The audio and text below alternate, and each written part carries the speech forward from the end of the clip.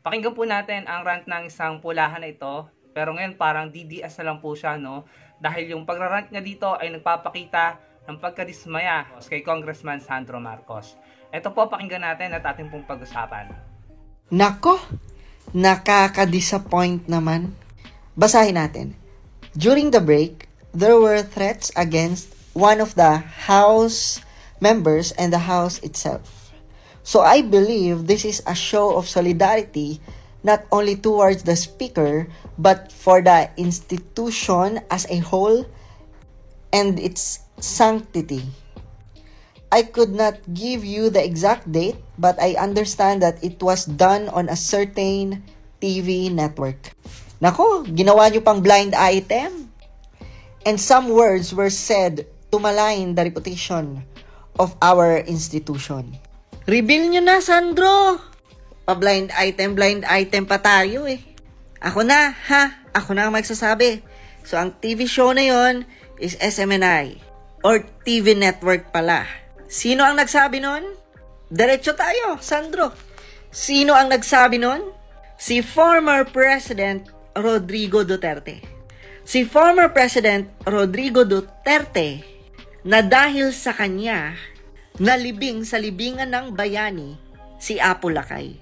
Na dahil sa kanya malaking porsyento bakit nakabalik ang mga Marcos at nagtiwala ulit, 'di ba, ang majority sa mga Marcos. Yes, maraming loyalista, pero hindi nyo po maipagkakaila na marami kaming mga Bisaya.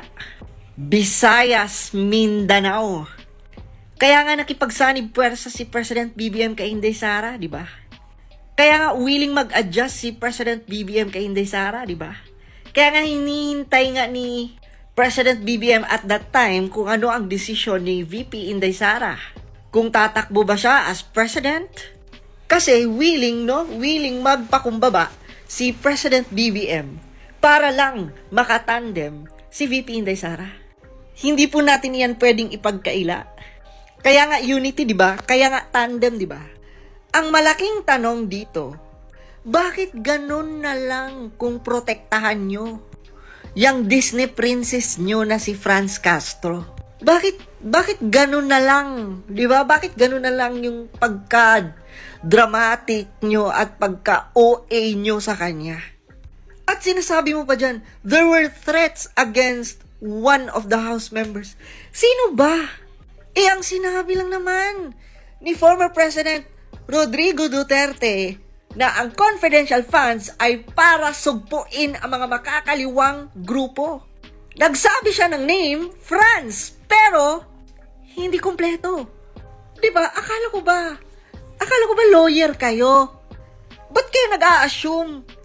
And in the first place, bakit parang hindi na mabigat sa inyo?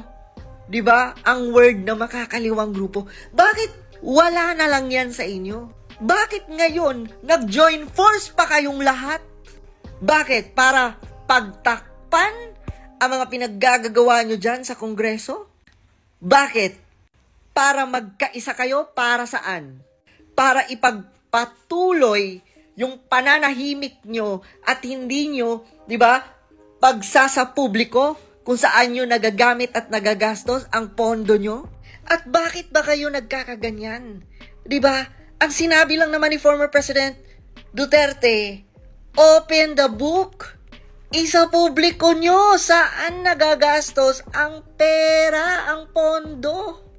Partida, may anak pa si former President Duterte na congressman din. Partida, ha? Ganon katapang si former President Duterte. Nakakalungkot lang mga lods. Ako, sa totoo lang, idol ko tong si Sandro Marcos eh. Yung talino niya, 'di ba? Yung pananaw niya, yung the way siya magsalita. Pero ngayon anyari? Grabe ah, grabe.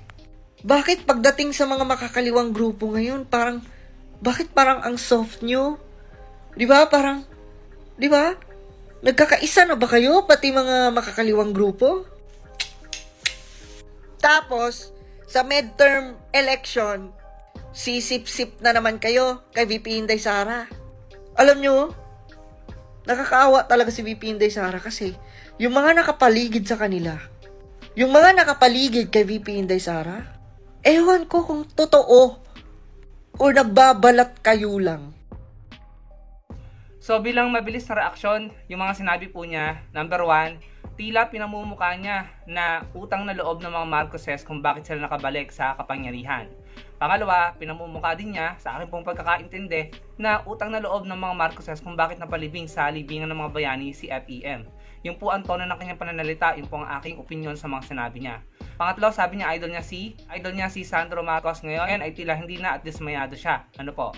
Pang-apat, sinabi niya na wala naman daw binanggit na pangalan nung nagbanta ang dating Pangulo sa isang miyembro ng Kongreso, no?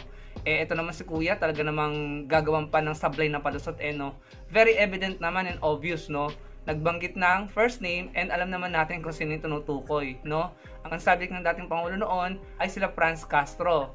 Gagawin pa niyang palusot at kukwestiyonin pa niya yung pagiging abogado ng mga congressman, ano? Ang turing naman ito ni Kuya sa atin at sa mga congressman ay parang kahapon lang pinanganak, no? Obvious naman and evident kung sino tinutukoy ng dating Pangulo dun sa kanyang pagbabanta. Ipapalusot pa niya, no? Pero sablay. So, ganyan na po ngayon ang mga DDS, no? Sila po ang bumabatikos at talaga namang kapag mga Duterte ang nabatikos, andyan po sila to the rescue at handa silang makipagbakbakan sa social media, no? So, kitang-kita, evident, no? Obvious na kapag Duterte ang binangga, ayan po sila. Handa po nilang iwan sa ere yung mga dati nilang sinusuportahan, no?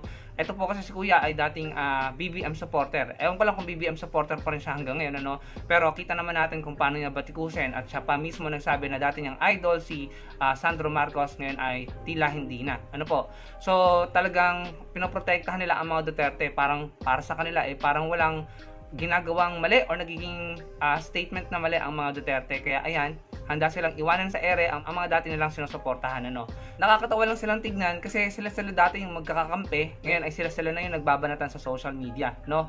So tayo pinapanood lang naman natin sila at ako personally ay nagugulat sa mga nangyayari, no. Ang dami pong development ngayon at mga update, no, patungkol sa nangyayari sa politics sa Pilipinas at hindi natin inaasahan. May tinanggal sa Kongreso, merong mga senador na nagalit dahil merong di umano'y nag-traidor dahil nileak ang conversation nila at nagsiwalat po ng mga pangalan ng mga senador na sumusuporta na maibalik ang confidential fund ni VP Sara. So pag-uusapan po natin yan sa susunod nating video. Nakikita natin na ang mga BBM supporter at saka mga DDS supporter ay nagbabanggaan na. Dahil nakikita nila, yung mga sinuportahan nila ay nagbabanatan na rin, ano. So nawala na talaga ang unity.